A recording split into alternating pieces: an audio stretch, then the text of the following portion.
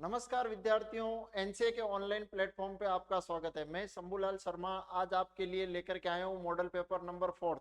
मैंने पहले भी आपके लिए 12th बोर्ड वालों के लिए साइंस, कॉमर्स और आर्ट्स इन तीनों ही स्ट्रीम के विद्यार्थियों के लिए 3 मॉडल पेपर मैंने पहले डाउनलोड करवा चुका हूँ और ये चौथा मॉडल पेपर मैं लेकर के आया हूँ। ठीक है, तो एक जानकारी और बता दूं, पूरे साल भर आपने नहीं पढ़ा है तो इन मॉडल पेपर को आप पढ़ करके जाकर के परीक्षा में अपने अच्छे नंबर प्राप्त कर सकते हैं। इसका लिंक डिस्क्रिप्शन में दिया गया है। एनसीए ऑनलाइन उदयपुर आप डालोगे तो बिल्कुल आपको ये चारों ही मॉडल पेपर वहीं पर या एनसीए के टेलीग्राम पर, एनसीए के यूट्यूब चैनल पर, ठीक है, वहां पर आपको मिल जाएंगे। तो अपन शुरुआत करते हैं, प्रश्न मॉडल पेपर नंबर 4 की तरफ बढ़ते हैं। ठीक है, तो देखिए मॉडल पेपर नंबर 4, ठीक है, ये उच्च माध्यमिक शिक्षा कक्षा 12 हिंदी अनिवार्य के लिए और 80 अंकों का पेपर होगा। ये सामान्य निर्देश मैंने पहले भी बता दिए, 3 घंटे और 15 मिनट का पेपर होगा। और निर्देश हैं कि सर्वप्रथम परीक्षार्थी अपने रोल नंबर अनिवार्य रूप से अंकित करने हैं। ठीक है, सभी प्रश्न हल करने अनिवार्य हैं। प्रश्नों के उत्तर दी गई उत्तर पुस्तिका में ही लिखने हैं। आपको बोर्ड के द्वारा जो दी जाएगी उत्तर पुस्तिका उसी में लिखने हैं। जिन प्रश्नों के आंतरिक खंड दिए गए उन सभी का उत्तर एक ही साथ लिखें। ये बड़ी इंपॉर्टेंट बात है कि यहाँ पर आपको 4 खंड दिए गए हैं, जैसे खंड अ, खंड ब, खंड स और खंड द। मीन्स ये कि वो जो प्रश्न है, आप खंड अ के अंदर जो भी प्रश्न करते हो उन प्रश्नों का उत्तर जो शुरुआत कर रहे हो, खंड अ की शुरुआत कर रहे हो तो खंड अ में ही उन प्रश्नों के उत्तर देने हैं। प्रश्न का उत्तर लिखने से पूर्व प्रश्न क्रमांक अवश्य लिखना। आप जो भी उत्तर लिखना चाह रहे हो, जो भी प्रश्न का उत्तर दे रहे हो, उसका कहने का मतलब प्रश्न क्रमांक अनिवार्य रूप से आपको अंकित करना है। चलो प्रश्न की तरफ बढ़ते हैं, शुरुआत करते हैं। आपका पहला खंड आ गया, खंड अ।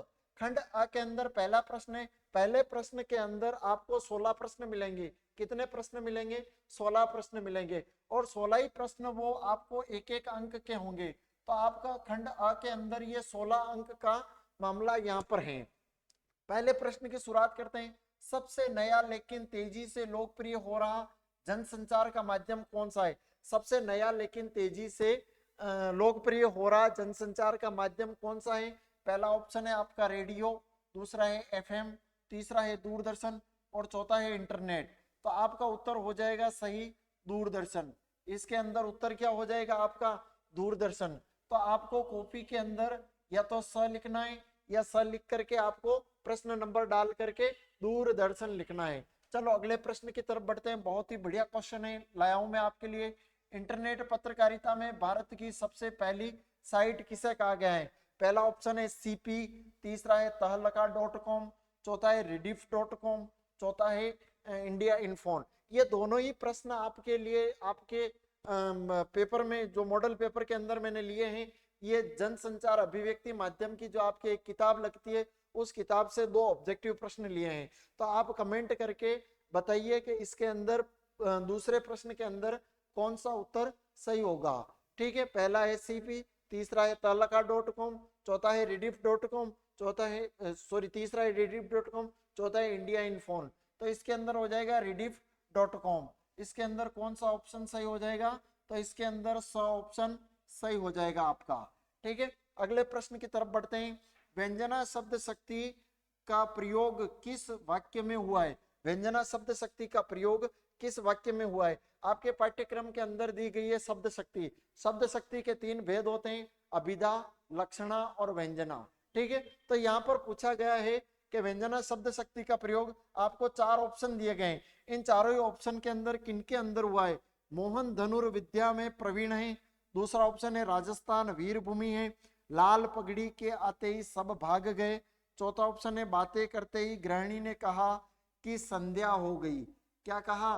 कि संध्या हो गई। तो आपको जल्दी कमेंट करके बताना कि व्यंजना शब्द शक्ति का प्रयोग इन 4 ऑप्शन के अंदर किस वाक्य किस ऑप्शन के अंदर हुआ है। तो आपका सही उत्तर हो जाएगा बातें करते ही गृहिणी ने कहा कि संध्या हो गई। तो इसके अंदर ऑप्शन नंबर क्या हो जाएगा? 4 सही हो जाएगा। चलो अगले प्रश्न की तरफ बढ़ते हैं। कौन सा प्रश्न आपके लिए बहुत ही बढ़िया क्वेश्चन लेकर के आया हूं। प्रश्न बहुत ही शानदार है। अतिशयोक्ति अलंकार में होता है। अतिशयोक्ति अलंकार की विशेषता बतानी है। उपमेय में उपमान की आशंका 1 के अंदर, बी के अंदर उपमेय में उपमान की समानता नहीं, सौंदर्यता में लोक सीमा का उल्लंघन, ठीक है, उपमेय को उपमान बना देना बिल्कुल सही है, सौंदर्यता में लोक सीमा का उल्लंघन, इसके अंदर ऑप्शन नंबर क्या हो जाएगा, स सही हो जाएगा। कौन सा सही हो जाएगा, ऑप्शन नंबर स सही हो जाएगा। अगले प्रश्न की तरफ बढ़ते हैं, कवि किसका भार लिए फिरता है, कवि किसका भार लिए फिरता है, आप कमेंट करके बताइए कि ये प्रश्न कौन से पार्ट से लिया गया है और उस पार्ट के लेखक कौन है। ठीक है, देखिए समाज का, पापों का, सांसारिक उत्तरदायित्वों का, तो आपका उत्तर हो जाएगा सांसारिक उत्तरदायित्वों का। ठीक है, इसके अंदर सही हो जाएगा ऑप्शन नंबर स। कौन सा सही हो जाएगा, ऑप्शन नंबर स। अगला प्रश्न है, बात की चूड़ी मर जाना, बात की चूड़ी मर जाना से कवि का क्या तात्पर्य है, बात प्रभावहीन हो जाना, बात का सहज और स्पष्ट हो जाना, बात में कसावट आ जाना, इनमें से कोई नहीं। ठीक है, बात की चूड़ी मर जाना, तो इसके अंदर सही हो जाएगा बात का प्रभावहीन हो जाना, मीन्स बात की चूड़ी मर जाना, तो इसके अंदर सही हो जाएगा आपका अ ऑप्शन सही होगा। कौन सा ऑप्शन होगा आपके लिए, अ ऑप्शन सही होगा, आपको इसका जवाब ये सही देना है। ठीक है, अगले प्रश्न के बढ़ते हैं। प्रश्न नंबर है, मिलहि न जगतु सहोदर भ्राता, मिले, इस पंक्ति का अर्थ ये होता है कि मिले ही न जगु सहोदर भ्राता, मीन्स हे भाई तुम्हारे जैसा भाई मुझे इस संसार में मिला ही नहीं।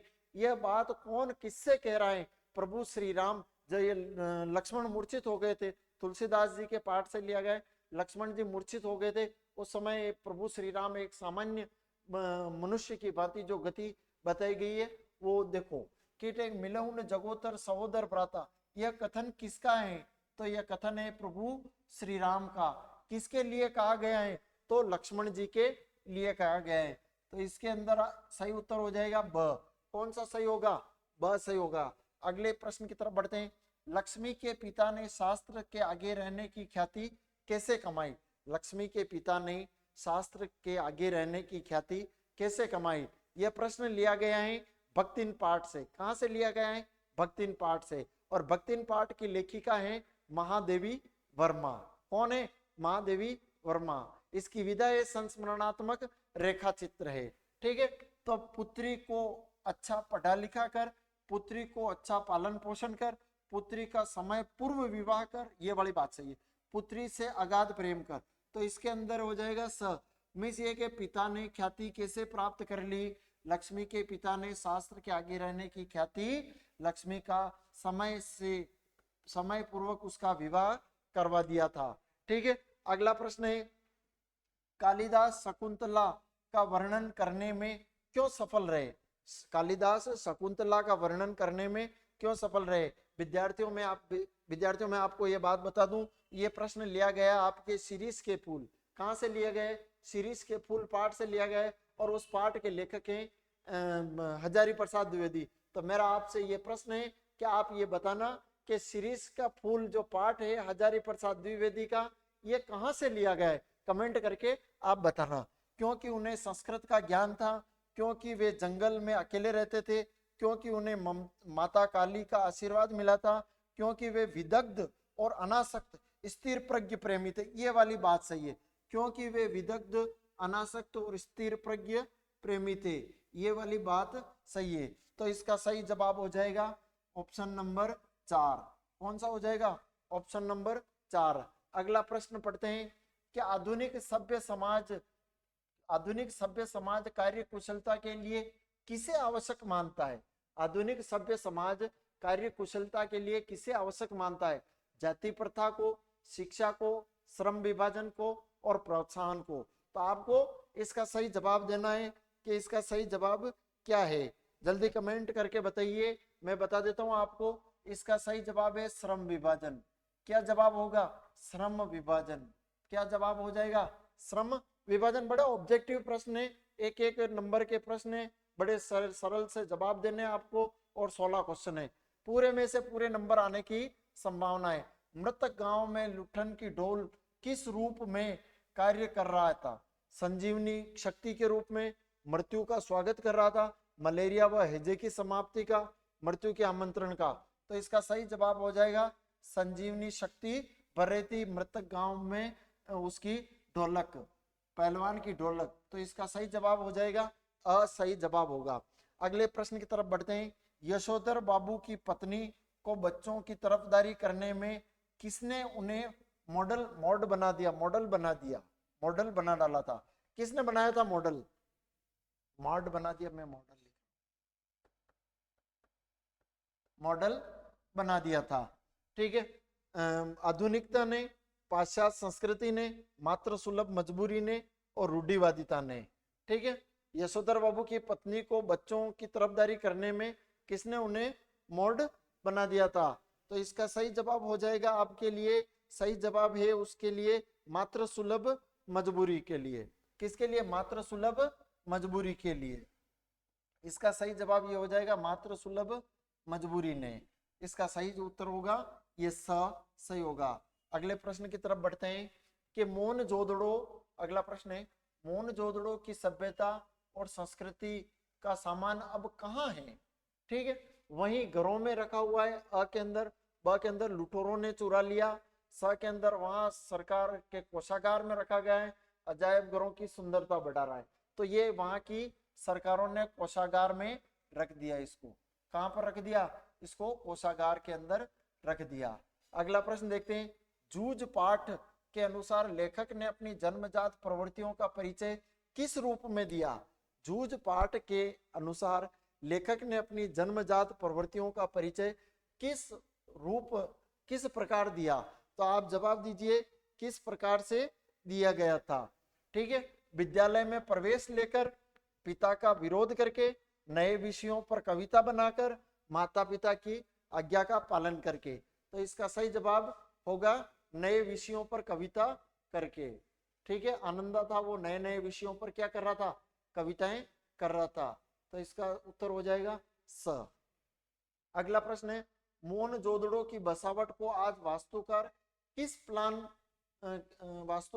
प्लान को कहते हैं? किस प्लान को कहते हैं? सीधा आड़ा नियोजन, ग्रिड प्रणाली, सीधा प्लान और तिरछा प्लान। ठीक है, तो इसका सही जवाब हो जाएगा ग्रिड प्लान। कौन सा हो जाएगा?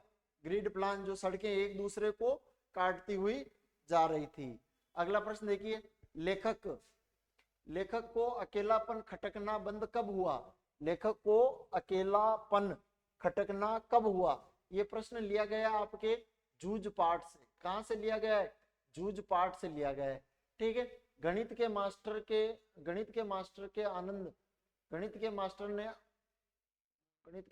आनंद कहकर पुकारने पर, अकेले में मास्टर के ही स्वर में गाने पर, बसंत से दोस्ती होने पर, मराठी मास्टर के संपर्क में आने पर।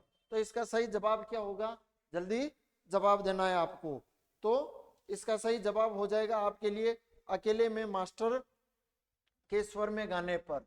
ठीक है, इसका सही जवाब ये हो जाएगा। ठीक है, ये आपके लिए 16 क्वेश्चन थे। कितने प्रश्न थे? 16 क्वेश्चन। मैं आपको वापस बात बता रहा हूं कि जिन्होंने पूरे साल भर पढ़ाई नहीं की है, तो मैं ये आपके लिए मॉडल पेपर लेकर के आया हूं। कहां पर लेकर के आया हूं? एनसीए ऑनलाइन प्लेटफॉर्म पर। तो अभी जाइए आप लिंक को ये टेलीग्राम पर आप जाइए और लिंक को सब्सक्रिप्शन कीजिए और जल्दी से जल्दी इस लिंक को शेयर कीजिए। ठीक है, वहां पर कमेंट बॉक्स में नंबर लिखे हुए हैं, आप ज्यादा जानकारी के लिए वहां पर फोन करके भी ऑफिस में पूछ सकते हैं। अगला प्रश्न है, रिक्त स्थानों की पूर्ति करना है। एक नंबर के 6 प्रश्न है। कितने? 1 नंबर के 6 प्रश्न आएंगे, तो टोटल 6 नंबर के ये प्रश्न है। अगला प्रश्न है, लिपि में खाली स्थान चिन्हों का प्रयोग किया जाता है। किसका प्रयोग किया जाता है? तो लिपि में वर्तनी चिन्हों का प्रयोग किया जाता है। बस आपको यही काम करना है और कुछ नहीं करना है। रिक्त स्थानों की पूर्ति करना है, बस ये खाली स्थान की पूर्ति करना है और आपको इसका सही जवाब लिखना है और 1 नंबर आपको धड़ाम से मिल जाएगा। अगला है कि किससे वाचार्थ या लक्ष्यार्थ से भिन्न विशिष्ट चमत्कारी अर्थ का बोध होता है? तो आप सही जवाब देना है इसको कि किस शब्द शक्ति में के वाचार्थ और लक्ष्यार्थ का कहने का मतलब ये वाचार्थ लक्ष्यार्थ से भिन्न, ठीक है, एक चमत्कारी अर्थ का बोध होता है। तो किसमें होता है? तो व्यंजना शब्द शक्ति में होता है। किसमें होता है? तो व्यंजना। बस यही लिखना है आपको व्यंजना शब्द शक्ति की परिभाषा। मैं आपको वापस बता दूं कि व्यंजना शब्द शक्ति पद परिचय, ये कहने का मतलब खाली स्थान वाले जो प्रश्न है वहां पर आपको शब्द शक्ति की परिभाषा दी जाएगी, खाली स्थान छोड़ दिया जाएगा।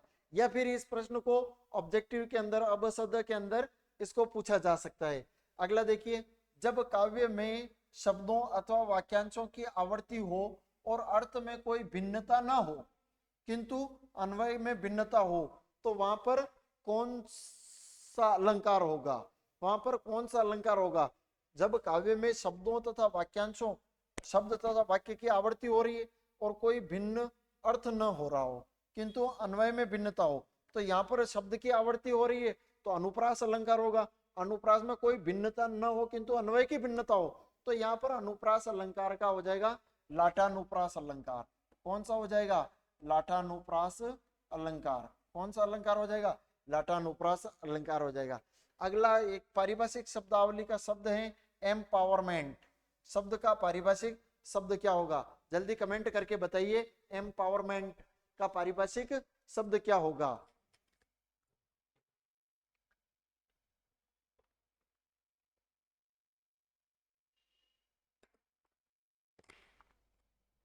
एम्पावरमेंट का पारिभाषिक शब्द क्या होगा? तो इसका पारिभाषिक शब्द होगा सशक्तिकरण। क्या हो जाएगा? सशक्तिकरण। सशक्तिकरण, सॉरी मैं, ठीक है। ये प्रश्न अगला है आपके लिए, रिक्त स्थानों की पूर्ति कीजिए। एम्पावरमेंट, एम्पावरमेंट का पारिभाषिक शब्द हो जाएगा सशक्तिकरण। क्या हो जाएगा? सशक्तिकरण। क्या हो जाएगा? सशक्तिकरण। ठीक है, यहाँ पर जगह नहीं थी, मैंने आगे लिख दिया सशक्तिकरण।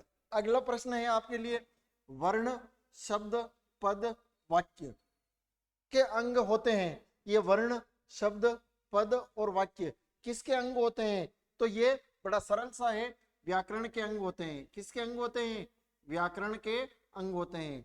व्याकरण के अंदर वर्ण होता है, शब्द होता है, पद होता है और वाक्य होता है। ठीक है, रिक्त स्थानों की पूर्ति कीजिए। में 5 प्रश्न ये हैं। अगला प्रश्न आपके लिए ये है प्रतिभूति। प्रतिभूति का अंग्रेजी का पारिभाषिक शब्द क्या हो जाएगा? जल्दी बताइए आप। प्रतिभूति का अंग्रेजी का पारिभाषिक शब्द हो जाएगा सिक्योरिटी। क्या हो जाएगा? सिक्योरिटी। SECURITY। क्या हो जाएगा? सिक्योरिटी। क्या हो जाएगा? सिक्योरिटी। अगला प्रश्न आपके खंड अ के अंदर ही है, जो काफी महत्वपूर्ण है, सिक्योरिटी। ठीक है, सही हो, ये हो जाएगा।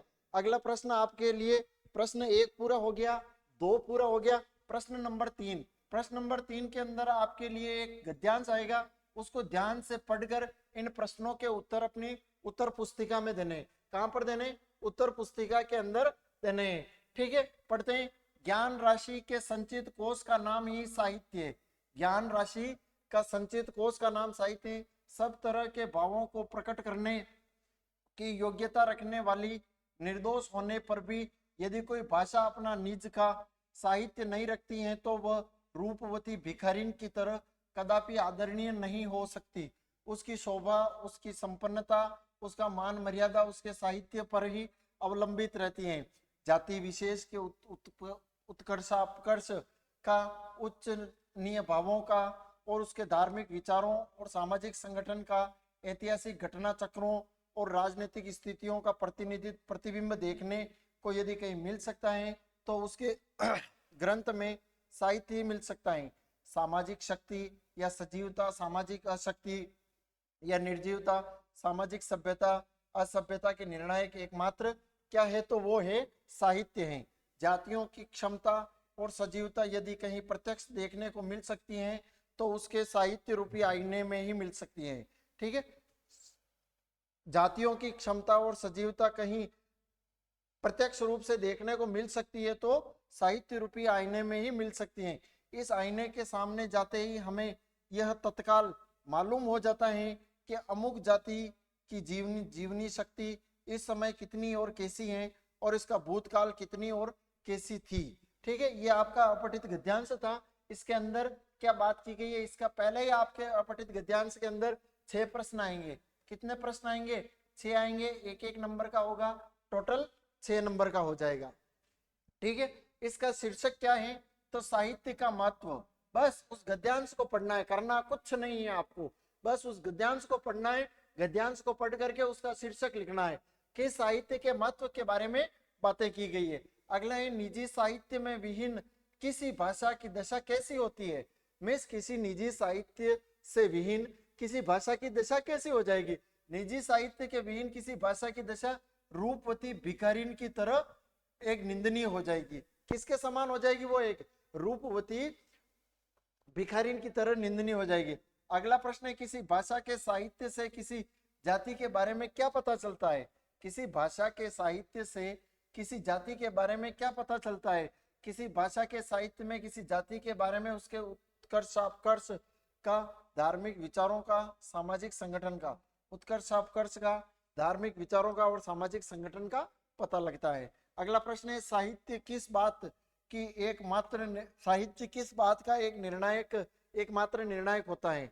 मीन्स ये कि सामाजिक शक्ति का, सजीवता का, निजी निर्जीवता का, सभ्यता का, असभ्यता का एकमात्र निर्णायक होता है। बड़े सरल से आप गद्यांश पढ़ोगे उसमें आराम से मिल जाएंगे। अगला है, साहित्य की तुलना आईने से करने का कारण क्या है? साहित्य की तुलना आईने से करने का कारण है, साहित्य में जातियों की क्षमता और सजीवता का प्रत्यक्ष दर्शन होते हैं। किसमें दर्शन होते हैं? कि साहित्य में जातियों की क्षमता और सजीवता के प्रत्यक्ष दर्शन होते हैं। साहित्य किसे कहते हैं? ये आपको महावीर प्रसाद द्विवेदी के द्वारा दी गई परिभाषा है, ज्ञान राशि का संचित कोश ही साहित्य है। साहित्य किसे कहते हैं? ज्ञान राशि का संचित कोश का नाम ही क्या कहलाता है? साहित्य। पहला था आपका अपठित गद्यांश था, अब यही आ रहा आपका अपठित पद्यांश। इसमें भी आपके 6 नंबर का है और एक प्रश्न आएगा आपके 6 नंबर का। ठीक है, 6 नंबर वो, 6 नंबर ये, 12 नंबर हो जाएंगे। ठीक है, पढ़ते हैं इसको। यह अवसर है कि स्वर्णिम सुयोग है, खो न इसे नादानी में, रंगरेलियों में, छेड़छाड़ में, मस्ती में, मनमानी में, तरुण विश्व की बागडोर ले, तू अपने कठोर कर में स्थापित करी मानवता बर्बर निशंस उर में। यह है। ठीक है, आगे देखते हैं। दम्भी का कर ध्वंस धरा पर, अस्त्र त्रस्त्र पाखंड का, करुण शांति में सुख भर दे, बाहर में अपने घर में, यौवन की ज्वाला वाले, दे अभयदान पद दलितों का, तेरे चरण शरण की आहत का, जग आश्वस्त श्वास गहे का। ठीक है, इसके अंदर प्रश्न देखते हैं। वही पहला प्रश्न आएगा शीर्षक का। मिस ये कि तरुण या युवाओं का क्या होना चाहिए? कर्तव्य होना चाहिए। युवाओं का कर्तव्य होना चाहिए, देश के प्रति होना चाहिए। और कर्तव्य क्या होने चाहिए? ठीक है, यह अवसर है स्वर्णिम सुयोग पंक्ति में किस अवसर की बात की गई है? युवा अवस्था में स्वर्णिम अवसर को कहा गया है। युवा अवस्था में स्वर्णिम अवसर के बारे में कहा गया है। दे अभयदान पद दलितों को पंक्ति का आशय का क्या स्पष्ट है? इसमें यह बात की गई है युवा वर्ग अपनी सहायता से उन व्यक्तियों का अभयदान दे जिनका अभी तक शोषण हुआ है, अर्थात वे दलितों के बारे में बात की गई है। आगे का प्रश्न देखते हैं कि बाहर में और अपने घर में पंक्ति में हमारी किस विशेषता का बोध कराती है? करुणा शांति का प्रतीक रही है और देश विदेश में शांति स्थापित कर रही है, इसके बारे में बात बताई गई है। बड़ा मजेदार क्वेश्चन है अगला। विश्व की बागडोर किसके हाथों में शोभा पाती है? बिल्कुल सही बात है, विश्व की बागडोर किसके हाथों में शोभा पाती है? तो विश्व की बागडोर युवा पीढ़ी के मजबूत हाथों में ही शोभा पाती है। आज देश का युवा अगर जो चाहे असंभव चीज हो उसको भी संभव कर सकता है। अगला प्रश्न है, मानवता को कहाँ स्थापित करने की बात कही गई है? मानवता को, जो व्यक्ति असामाजिक अत्याचारी हैं उनके हृदय में मानवता स्थापित करने की बात की गई है। मानवता सबसे बड़ा धर्म है और मानवता होनी चाहिए। किसके मन में? असामाजिक और अत्याचारियों जिनके हृदय में मानवता स्थापित करने की बात की गई है। आपके गद्यांश के 6 प्रश्न हो गए, पद्यांश के 6 प्रश्न हो गए। अगला प्रश्न, अगला खंड आ रहा है आपके खंड ब। खंड ब के अंदर आपका 5वां प्रश्न आ रहा है। बहुत ही शानदार क्वेश्चन है जो जनसंचार अभिव्यक्ति माध्यम से लिया गया है। इसमें एनकोडिंग से आपका क्या आशय है? 40 शब्दों में जवाब देना है। ठीक है, संदेश को भेजने के लिए शब्दों, संकेतों, ध्वनि चिन्हों का उपयोग किया जाता है। संदेश को भेजने के लिए शब्दों का, संकेतों का, ध्वनि चिन्हों का प्रयोग किया जाता है। भाषा भी एक प्रकार का कूट चिन्ह या कोड है, अतः प्राप्तकर्ता को समझाने योग्य कूटों में संदेश बांधना तथा कूटीकरण या एनकोडिंग कहलाता है। मीन्स ये कि प्राप्तकर्ता, मीन्स ये कि प्राप्तकर्ता जो होगा, मीन्स ये कि संदेश को क्या कर रहा है, प्राप्त कर रहा है, उसको समझाने योग्य कूटों में संदेश को बांधना कूटीकरण तथा एनकोडिंग कहलाता है, जिसे कहते हैं घाघर में सागर भरा जाता है। क्या कहा जाता है? जिसे घाघर में सागर भरा जाता है। वेरी वेरी मोस्ट इंपोर्टेंट प्रश्न है एनकोडिंग। कौन सा क्वेश्चन है? एनकोडिंग। एनकोडिंग किसे कहते हैं? तो ये आपके लिए एनकोडिंग, ये बहुत ही बढ़िया क्वेश्चन है, आपके लिए बन सकता है। छोटा क्वेश्चन है, बहुत ही सरल सा इसका जवाब है। आगे का प्रश्न देखते हैं कौन सा प्रश्न है। देखते हैं प्रश्न नंबर 6। जूझ कहानी में क्या शिक्षा, जूझ कहानी से क्या शिक्षा मिलती है? जूझ कहानी के लेखक है ओम थानवी, आनंद यादव। कौन है? आनंद यादव। मेरा प्रश्न आपसे ये है कि जूझ कहानी के लेखक हैं आनंद यादव। आनंद यादव का पूरा नाम क्या था? कमेंट करके बताइए। लेखक के छात्र जीवन के चरित्र और संघर्ष को देखकर आज के विद्यार्थी को यह शिक्षा मिलती है कि जीवन में कितनी ही विषम परिस्थितियां क्यों न हो, यदि हमारी पढ़ने लिखने में रुचि है तो जीवन में कितनी ही बाधाएं क्यों न हो, हम पढ़ लिख कर कुछ भी कर सकते हैं, अपनी इच्छा अनुसार प्रतिभा का विकास कर सकते हैं। यही शिक्षा देता है जूझ कहानी। ठीक है, अगला प्रश्न है सिंधु घाटी सभ्यता का जाल सिंधु घाटी सभ्यता को जल सभ्यता कहा जाता है। कथन को स्पष्ट करना। सिंधु घाटी सभ्यता पाठ जो ये प्रश्न आया है, ये प्रश्न आया अतीत में दबे पांव। कौन सा पाठ है? अतीत में दबे पांव। और उस पाठ के लेखक है ओम थानवी। ठीक है, जिसमें सिंधु घाटी सभ्यता के दो महानगर थे हड़प्पा और मोहनजोदड़ो, उन दो स्थानों के बारे में बात की गई है। क्या बात की गई है? इतिहासकार कहते हैं कि सिंधु घाटी सभ्यता संसार की पहली ज्ञात संस्कृति है जो कुएं खोदकर भूजल तक पहुंचती है, कुएं खोदकर भूजल तक पहुंचती है। उसके मुताबिक केवल मोहनजोदड़ो में 700 के करीब हुए थे। सिंधु घाटी की सभ्यता में नदी, कुएं, कुंड, स्नानघर, बेजोड़ पानी की निकासी के कारण जल संस्कृति कही जा सकती है। मींस कुओं के द्वारा जल निकाला जा रहा था। और सिंधु घाटी सभ्यता में लगभग, सिंधु घाटी सभ्यता के मोहनजोदड़ो में लगभग 700 के करीब कुएं थे और उन कुओं के माध्यम से ही जल निकाला जा रहा था। अगला प्रश्न बढ़िया शानदार जनसंचार अभिव्यक्ति माध्यम से है कि मीडिया द्वारा कमजोर व्यक्ति को बुलाने के पीछे क्या उद्देश्य है। ठीक है, वर्तमान काल में दूरदर्शन में संचालक और मीडिया वाले स्वयं को बहुत ही ताकतवर मानते हैं। वर्तमान काल में दूरदर्शन का जो डायरेक्टर होगा और मीडिया वाले स्वयं को क्या मानते हैं? अपने आप को ताकतवर मानते हैं। वे सोचते हैं कि हम जैसा चाहेंगे वैसा कार्यक्रम दर्शकों को दिखा सकते हैं। किसी दुर्बल और कमजोर अपंग का सम्मान दिला सकते हैं, उसे दूरदर्शन पर लाकर सबकी सहानुभूति, सॉरी ये प्रश्न यहाँ से लिया गया है, कैमरे में बंद अपाहिज, संवेदनहीन मीडिया कर्मी को दूषित मनोवृत्ति की व्यापारिक नीति का उद्देश्य होता है। ठीक है, अगले प्रश्न की तरफ बढ़ते हैं। प्रश्न नंबर अगला है 9। ये 2 अंक का क्वेश्चन है आपके लिए कि लेखक ने अर्थशास्त्र को अनीति शास्त्र क्यों कहा गया है? लेखक ने अर्थशास्त्र को अनीति शास्त्र क्यों कहा गया है? तो प्यारे विद्यार्थियों, आप कमेंट करके जवाब दीजिए कि ये प्रश्न कौन से पाठ से लिया गया है। ठीक है, मेरा प्रश्न आपसे यही है। ठीक है, धन व्यवसाय में उचित संतुलन बनाए रखने, विक्रय लाभ आदि के मानवीय दृष्टिकोण रखते हुए अर्थशास्त्र को उपयोगी माना गया है। परंतु जब बाजार का लक्ष्य अधिक से अधिक लाभोपार्जन करना, तरह तरह के विज्ञापन प्रदर्शन द्वारा ग्राहकों को गुमराह करने, छलने का हो जाता है, तब अर्थशास्त्र को मायावी और अनीति शास्त्र कहा गया है। इस पाठ के अंदर ये बात कही गई है जैनेन्द्र के द्वारा। ठीक है, बाजार दर्शन पाठ से लिया गया है। इस पाठ के अंदर ये बात की गई है कि जब मन भरा हो, क्या बात की गई है? जब मन भरा हो जेब खाली हो, जब मन भरा हो जेब खाली हो, तब आपके ऊपर बाजार का जादू बिल्कुल भी नहीं चलेगा। तब आपके ऊपर बाजार का जादू बिल्कुल भी नहीं चलेगा।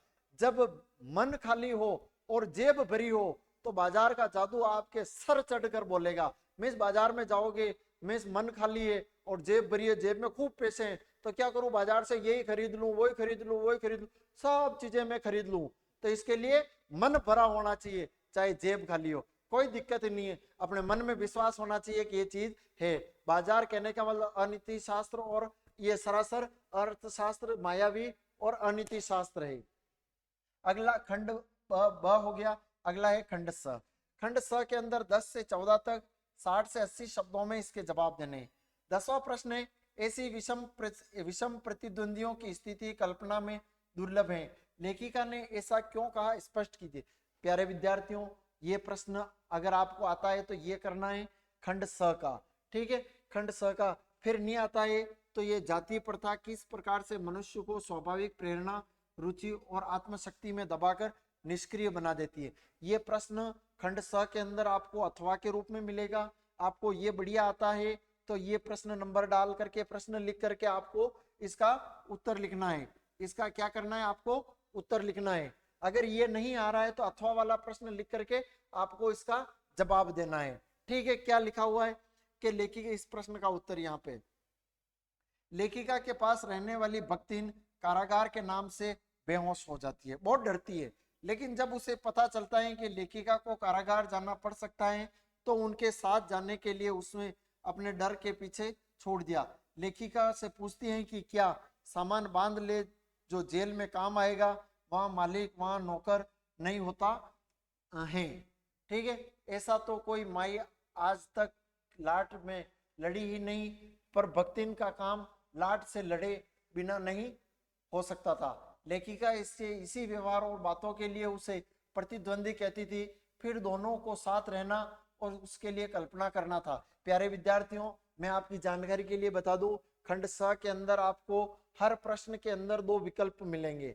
हर प्रश्न के अंदर 2 विकल्प मिलेंगे, अथवा के रूप में मिलेंगे। अगर आपको ये प्रश्न अच्छे से आता है तो इसका उत्तर लिखना है, अगर नहीं आता है तो अथवा में जो प्रश्न है उसको पढ़ करके उसका आपको सही जवाब देना है। अगला देखिए, जाति प्रथा श्रम विभाजन। बाबा साहब अम्बेडकर इस पाठ के लेखक हैं और उन्होंने कहा कि जाति प्रथा के अंतर्गत व्यक्तिगत भावना और व्यक्तिगत रुचि का कोई स्थान महत्व नहीं देता। बहुत से लोग निर्धारित कार्य को अरुचि के साथ केवल विवशतावश करते हैं। ऐसी स्थिति में हीन भावना से ग्रस्त होकर टालू काम करने तथा काम करने की प्रवृत्ति बनी रहती है। आज उद्योग धंधों में गरीबी उत्पीड़न की इतनी बड़ी समस्या है नहीं है जितनी जाति प्रथा द्वारा जबरन थोपे गए कार्यों को करने में विवशता होती है। अतः जाति प्रथा मनुष्य की स्वाभाविक प्रेरणा, रुचि, आत्मशक्ति को दबाकर उन्हें अस्वाभाविक नियमों में जकड़ कर क्या बनाती है, निष्क्रिय बना देती है। अगर आपको वो वाला प्रश्न आता है पहले वाला तो वो करना, नहीं आता है तो अथवा वाला प्रश्न लिख करके इसका सही जवाब देना। अगला प्रश्न नंबर 11 है, कवितावली के छंदों में तुलसीदास ने अपने युग की आर्थिक और सामाजिक विषमता को अभिव्यक्त किया है, कथन की पुष्टि करना है। या फिर अथवा वाला प्रश्न देखिए क्या है, उषा कविता शमशेर बहादुर की ग्रामीण परिवेश में सुबह का सुंदर चित्र प्रस्तुत किया गया है। कविता के आधार पर कथन की क्या करनी है, आपको समीक्षा करनी है। आगे देखिए क्या है, गोस्वामी तुलसीदास उच्च कोटि के संत भक्त कवि थे, ठीक है, साथ ही लोक नायक और लोक मंगल की भावना से मंडित थे। उन्होंने अपने युग में अनेक विषम परिस्थितियों को देखा, भुगता और अपनी रचनाओं को स्वर दिया। समाज में व्याप्त भयंकर बेकारी, बेरोजगारी, भूखमरी को लेकर कवितावली आदि में आक्रोश और आवेश के साथ अपना मंतव्य स्पष्ट किया है। कवितावली के द्वारा स्पष्ट हो जाता है कि तुलसी को अपने युग की आर्थिक और सामाजिक विषमता अच्छी समझती, ठीक है। तुलसीदास ने सामाजिक और आर्थिक स्थितियों के बारे में बताया है जो इसमें वर्णन किया गया है। अगला प्रश्न था अथवा वाला, यह था कि उषा कविता से लिया गया है। प्रस्तुत कविता प्रातःकालीन धुंधले नीले आकाश में राख से नीला लिपा हुआ चौका बताया गया है। फिर उसे लाल केसर से धुली हुई बहुत ही काली सील स्लेट पर लाल खड़िया चाक के समान बताया गया है। लिपा हुआ चाक अर्थात रसोई घर या काली सील अर्थात मिर्च मसाला पीसने का सिलबट्टा, स्लेट आदि की उपमा गांव के परिवेश से लिया गया है। नगर में इस तरह की चीजें नहीं दिखाई देती कि किसी की गौर झिलमिल देह का उपमान किसी ग्रामीण परिवेश से संबंधित है।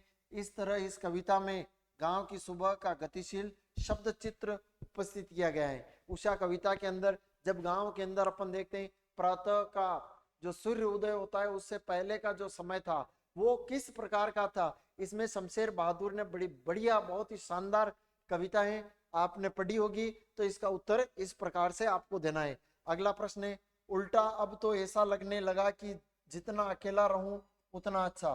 कथन के अनुसार आनंद यादव, अकेले रहना कब तक अच्छा लगता है। प्यारे विद्यार्थियों, अगर यह 12वां प्रश्न ये आता है, जूझ पाठ से लिया गया है और उस पाठ के लेखक है आनंद यादव, तो आप ये कीजिए। नहीं आता है तो प्यारे विद्यार्थियों आपके लिए अगला प्रश्न ये रहा कि आधुनिकता की ओर बढ़ता हमारा समाज एक और नई उपलब्धियों को समेटे हुए हैं, दूसरी ओर मनुष्य बनाए रखने वाले मूल्य कहीं घिसते चले गए।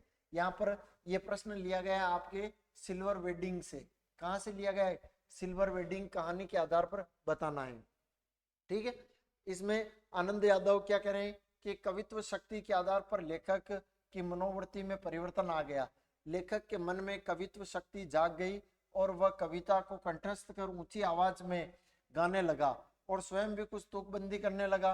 तब से उसमें अकेलेपन से ऊब नहीं हुई, क्योंकि वह अपने आप से खेलने लगा। उल्टा वह उसे ऐसा लगने लगा कि जितना अकेला रहूं उतनी मैं अच्छी कविता कर पाऊंगा। लेखक आनंद यादव ये कह रहे हैं कि जब तक मैं अकेला रहूंगा तब तक मैं क्या करूंगा, अच्छी कविता कर पाऊंगा।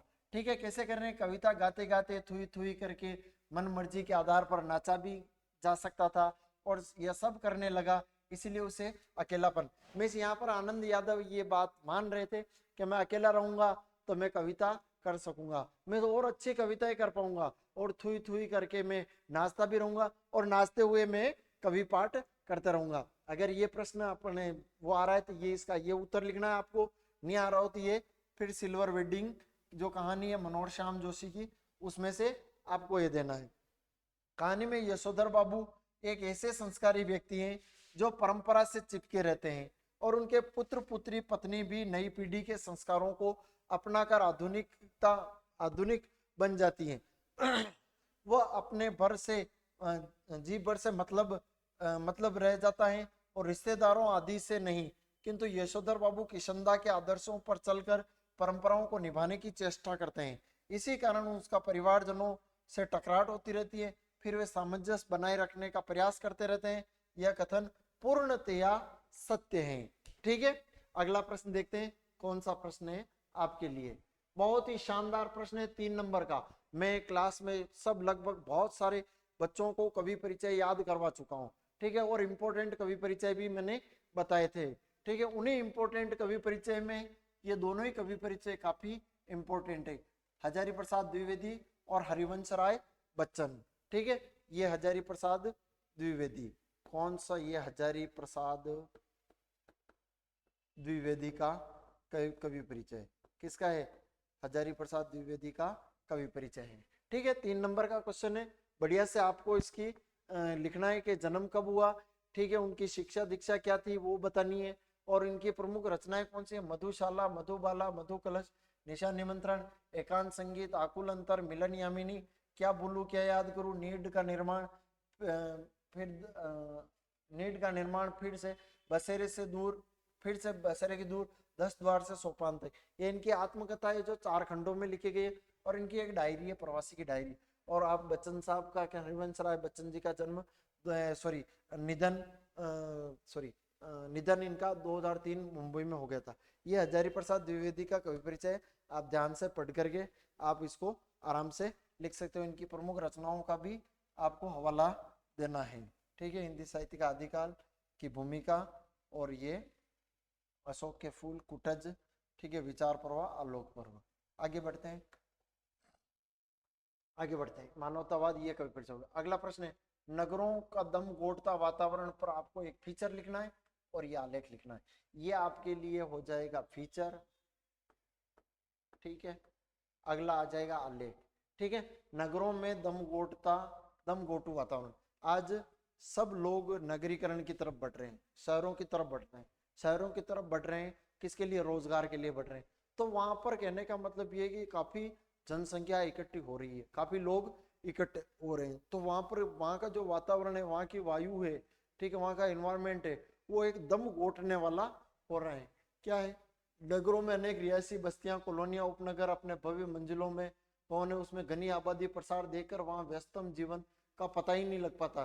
सड़कों पर कारों, बसों, अन्य आंतरिक वाहनों के रेल पेल उत्तर विषैली गैस, धुआं, कर्णपटु ध्वनियां वहां का वातावरण दम घोटना बना देती थी। इस संदर्भ में जयपुर नगर की चांदपोल बाजार, अजमेरी गेट, या वर्णन किया है जयपुर का। आप कोई से भी दिल्ली का, लखनऊ का, उत्तर प्रदेश किसका भी शहर का वर्णन जाकर देखिए, वहां पर कितना प्रदूषण फैल रखा है।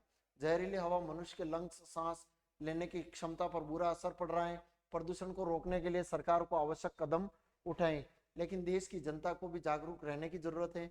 आसपास की साफ सफाई, कूड़े में किसी स्थल पर न फेंकें, जैसे छोटे कदम हर व्यक्ति को उठाने होंगे। निजी वाहनों का कम से कम उपयोग करें, अधिक से अधिक पेड़ पौधे लगाएं। ठीक है, ये आपको क्या करना है, इसका फीचर लिखना है, ये फीचर लिखना है, ये 3 नंबर का है। ठीक है, फीचर लिखो तो ठीक है। अगला है आलेख। आलेख क्या है?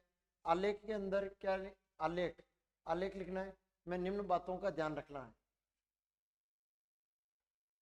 ठीक है, आलेख का कोई प्रारूप विषय वस्तु की, यह आलेख के बारे में आप करना। अगला खंड है द। खंड द के अंदर सप्रसंग क्या करनी है? व्याख्या करनी है। प्रातः का नभ था बहुत शंख नीला, नीला शंख जैसा। भोर का नभ राख से लिपा हुआ चौका अभी गीला है, बहुत काली सील जरा से केसर से लाल से धुल गई हो, स्लेट पर लाल खड़िया चाक से। ठीक है, मल दी हो किसी ने, या फिर अथवा।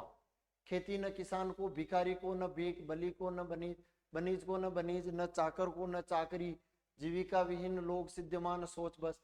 कहे एक एकन को कहाँ जाई का करी, वेदो पुराण कही लोक बिलोक हुई, सांकरे सप्पे राम रावरे कृपा करी, दरिद्र दशानन दबाई दुरित दहन देखी। आपको इसकी आपको क्या करनी है? व्याख्या, पूर्व प्रसंग लिख देना है कि कहाँ से लिया गया है, कि उषा कविता शमशेर बहादुर में यहाँ पर, और ये आपको इसकी व्याख्या लिखनी है। आराम से पढ़ लीजिए इसको, बहुत ही शानदार ये पद्यांश है।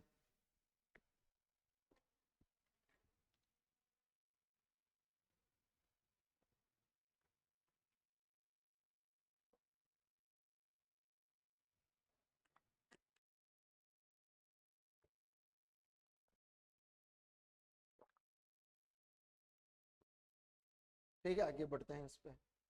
ठीक है, ये इसकी व्याख्या है।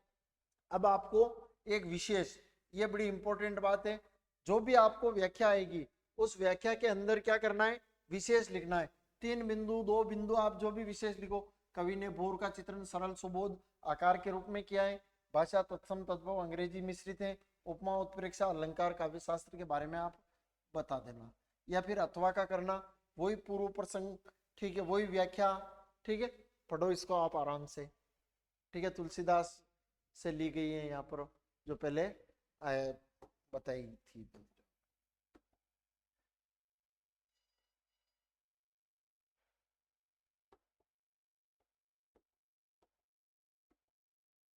ठीक है, इसको पढ़िए आप। वही विशेष लिखना है वापस। विशेष के अंदर 2-3 बातें आपको मेंशन करनी है। आप जो भी व्याख्या करो, चाहे गद्यांश की व्याख्या करो चाहे पद्यांश की, ठीक है, पहले आपको पूर्व प्रसंग लिखना है कि ये पद्यांश कहाँ से लिया गया है, या फिर ये गद्यांश कहाँ से लिया गया है। ठीक है, वो किस पार्ट से लिया गया है, उस पार्ट के लेखक क्या है, उसकी विशेषता क्या है, एक आध लाइन में वो दे देना।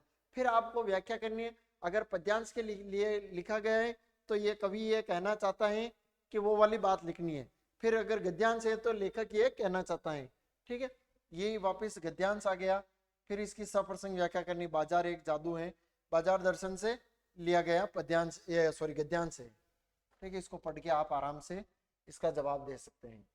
ठीक है, और ये वापिस महाकाल सपा सब कोड़े चला रहे हैं, जीर्ण शीर्ण दुर्बल जड़ रहे हैं, प्राण कण थोड़ा सा उर्दू मुखी वे टिक जाते हैं तुरंत, प्राण धारा सर्वव्यापक कालाग्नि का संघर्ष निरंतर चल रहा है। मूर्ख समझते हैं कि जहां बने हैं वहीं देर तक बने रहे तो काल देवता की आंखें बच जाएगा। बोले हैं वे, हिलते डुलते रहो, स्थान बदलते रहो, आगे की ओर मुंह किए हुए कोड़े मार रहे हैं, बच भी सकते हैं पर जमे की मरे। ठीक है, पहला जो गद्यांश था वो जैनेन्द्र कुमार से लिया गया था। किससे लिया गया था? बाजार दर्शन पाठ से लिया गया था। और इसकी विशेषताएं वही पूर्व प्रसंग और वही व्याख्या आपको यहाँ पर लिखनी है। आराम से, मैं पढ़ूंगा तो समय लगेगा, आप पढ़ करके जहां पर जो पेपर के अंदर जो गद्यांश आया था बस उसी को एक्सप्लेन करना है। ठीक है, आगे देखते हैं बेटे। अगला वही इसके अंदर विशेष ये दो बातें लिख देना जो यहाँ पर है। अगला है हजारी प्रसाद द्विवेदी के, कहाँ से लिया गया है? हजारी प्रसाद द्विवेदी के किस पाठ से लिया गया है? सीरीज के फूल पाठ से लिया गया है। ठीक है, इसमें लेखक के इसमें जीवन के सत्य का वर्णन किया गया है। थोड़ा पढ़ लेते हैं इसको। ठीक है, लेखक बता रहे हैं कि मृत्यु का देवता लगातार धूप, लू, शीत, बारिश जैसे विघ्नों में अपने कोड़े चला रहे हैं। कौन? मृत्यु का देवता। ठीक है, और जो भी कमजोर दुर्बल होते हैं वे साहस और हिम्मत की कमी होती है, वे जर जाते हैं। ठीक है, अतः मृत्यु को प्राप्त हो जाते हैं।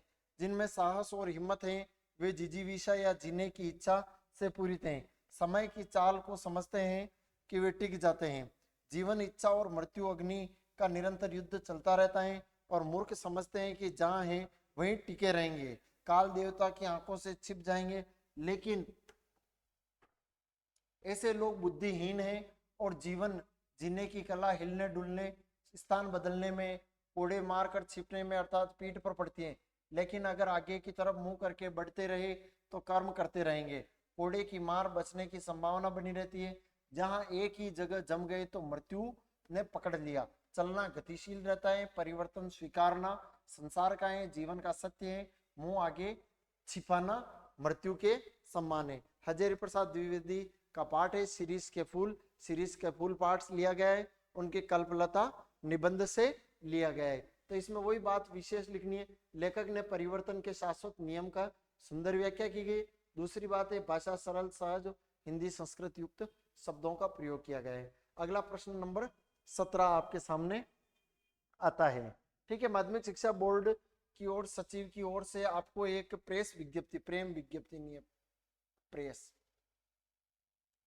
कौन सी है? प्रेस विज्ञप्ति तैयार करनी है।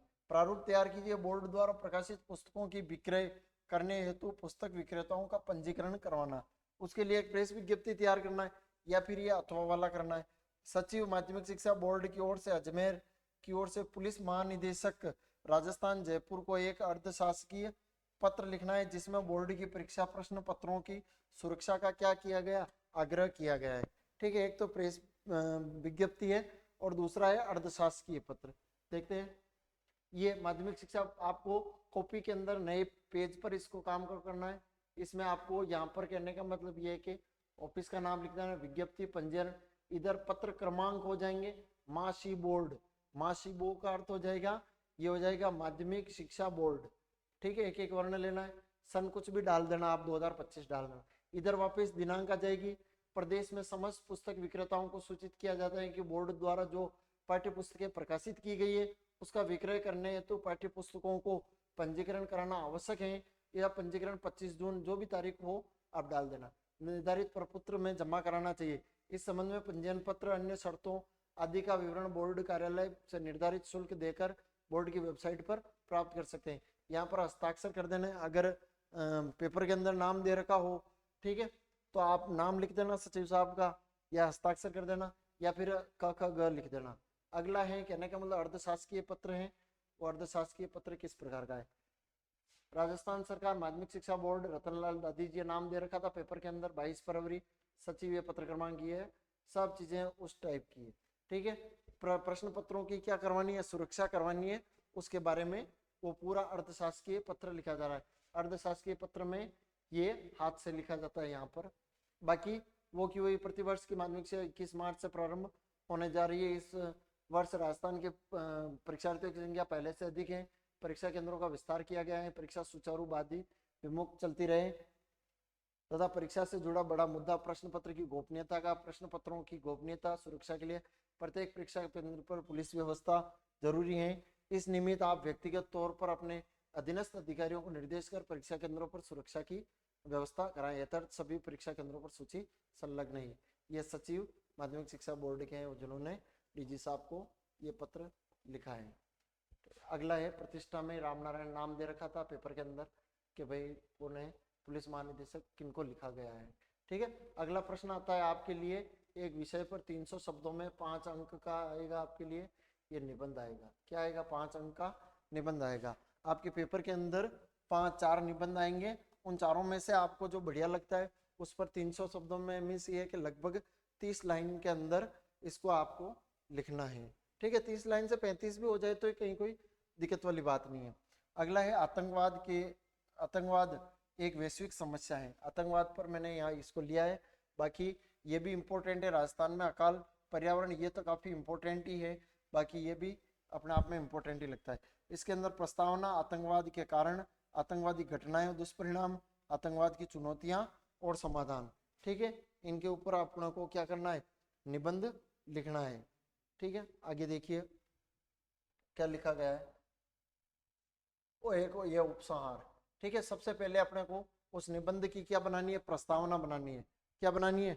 प्रस्तावना बनानी है। प्रस्तावना किस प्रकार से बनाई जा सकती है?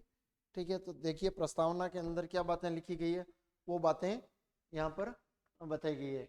क्या आतंकवाद का अर्थ है लोगों में भय, त्रास, अनिष्टा, आशंका जैसा माहौल तैयार करना, फैलाना, आम जनता में जान माल को नुकसान पहुंचाना, हिंसक कार्यवाही से जनता में असुरक्षा की भावना फैलाना, कुप्रवृत्तियों जिसे क्या कहा जाता है? आतंकवाद कहा जाता है। दूसरे शब्दों में स्वार्थ सिद्धि, राजनीतिक उद्देश्य से प्रेरित तीव्र हिंसा में आतंकवाद है। आतंकवाद हिंसा, अशांति पर आधारित होता है। आज आतंकवाद एक वैश्विक समस्या बन गई है जो एक प्रमुख चुनौती है। ये आपको पहले कोई सा भी निबंध आए, आपके बोर्ड के पेपर के अंदर 4 निबंध आएंगे। 4 निबंधों में से आपको जो सबसे बढ़िया लगता है उस निबंध की शुरुआत करनी है और उसके अंदर पहला क्या करना है? प्रस्तावना लिखनी है। दूसरा है उसका कारण। ठीक है, आतंकवाद के कारण क्या है? ठीक है, आतंकवाद सर्वप्रथम ये जो भी इजराइल में हानापास संगठन द्वारा धार्मिक अलगाव के रूप में उभरा। ठीक है, थोड़ा उसका हिस्ट्री बतानी है। जो भी टॉपिक हो उसकी हिस्ट्री बता करके रंगभेद, कट्टर जातीयता में नस्लीय दमन की कट्टरवादिता के बारे में ये बताना है। ठीक है, आतंकवाद का कारण हो गया। आतंकवादी घटनाएं और दुष्परिणाम। विश्व के अंदर सबसे बड़ी वैश्विक समस्या बन चुकी है आतंकवाद, और भारत इसका चाहे देश में देखो, चाहे विदेशों में देखो, चाहे यूएनओ संयुक्त राष्ट्र संघ में भी देखो, पुरजोर इसका विरोध करता है। भारत आतंकवाद का बिल्कुल सख्त खिलाफ है, बिल्कुल नहीं चाहता कि आतंकवाद में किसी प्रकार की कोई गतिविधि हो। तो उसकी घटनाएं, जो भी आपको घटनाएं आती है वो निबंध के अंदर आपको डिजाइन करनी है, मीन्स ये कि लिखनी है, उनका हवाला देना है कहाँ कहाँ पर घटनाएं हुई और उन घटनाओं का परिणाम क्या निकला। ये ही सबसे कहने का मतलब उस निबंध का हार्ट होगा जो मध्य के अंदर आपको देना होगा। अगला है आतंकवाद की चुनौतियां हैं। चुनौती है तो उसका समाधान किस प्रकार से किया जाए, समाधान ही बड़ा इंपॉर्टेंट है। अब उसके लिए क्या क्या प्रयास किए जाने चाहिए? आतंकवाद के बढ़ते खतरे का समाधान कठोर कानून, ठीक है, बना करके नियंत्रण से ही हो सकता है। इसके लिए अवैध संगठन पर प्रतिबंध, हवाला द्वारा धन संचय पर रोक, प्रशासनिक सुधार के साथ ही काउंटर टेररिज्म एक्ट अध्यादेश, संघीय जांच एजेंसियां अति प्रभावी बनाना और अमेरिका व ऑस्ट्रेलिया द्वारा जो कठोर कानून बनाया गया है, सेना और पुलिस को इस संबंध में जो अधिकार दे रखे हैं उसका अनुसरण करना है। इस चुनौती का मुकाबला, आप कहने का मतलब भारत के परिप्रेक्ष्य में भी और भी बता सकते हो कि भारत में एक पोटा एक्ट बना हुआ है जो आतंकवादी निरोधक, आतंकवादियों के लिए जो उनको पकड़ करके पेश किया जाता है, उनको जो भी कानूनी कार्रवाई होती है जो उनके ऊपर की जाती है। आप भारत के अंदर जो भी आतंकवादी घटनाएं हुई है, क्यों हुई, इसके पीछे कौन थे और उसका परिणाम क्या निकला, वापिस सरकार के द्वारा क्या कदम उठाए गए, उन सब को इस निबंध के अंदर आपको बताना है। वो आप कहने का मतलब करंट मुद्दे को लेकर के बताओगे तो आपका वो उत्तर काफी अच्छा हो जाएगा और एग्जामिनर बड़े खुश होकर के आपको अच्छे नंबर देंगे। और अंतिम बात होती है उपसंहार की।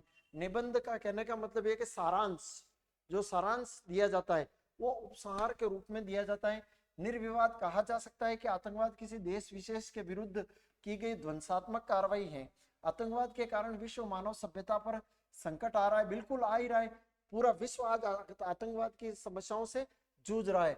यह एक अंतरराष्ट्रीय समस्या बन गई है। यह भारत की ही नहीं बल्कि एक अंतरराष्ट्रीय समस्या बन गई। इसे समाधान के लिए एक विश्व व्यवस्था की जरूरत है। सभी राष्ट्रों का समन्वय और एकजुटता की आवश्यकता है।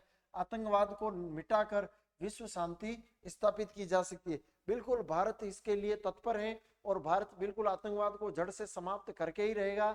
तो मैं ये आपके लिए प्यारे विद्यार्थियों, आपके लिए मॉडल पेपर नंबर 4 लेकर के आया हूँ। वापिस मैं आपको ये बात बता रहा हूँ पूरे साल भर आपने तैयारी में कहने का मतलब थोड़ी बहुत कमी रही है, तो आप इन चारों ही मॉडल पेपर को देखना। अगला मॉडल पेपर भी 5 नंबर में आपके लिए लेकर के अति शीघ्र आ जाऊंगा। ठीक है, आप इन पेपरों को पढ़ना। एनसीए ऑनलाइन लिंक डिस्क्रिप्शन में दिया गया है। चैनल को सब्सक्राइब कीजिए, ज्यादा से ज्यादा विद्यार्थियों तक भेजिए ताकि ये सभी विद्यार्थियों तक ये क्लास पहुंच सके और इसका लाभ सब उठा सके। आप टेलीग्राम का चैनल भी लिंक में दिया गया है, जिसको भी आप देख सकते हैं, वहां पर भी आपको इसकी पीडीएफ मिल जाएगी। तो प्यारे विद्यार्थियों, जुड़ते रहिए और क्लास को अधिक से अधिक शेयर कीजिए। तब तक के लिए जय हिंद, जय भारत, जय राजस्थान।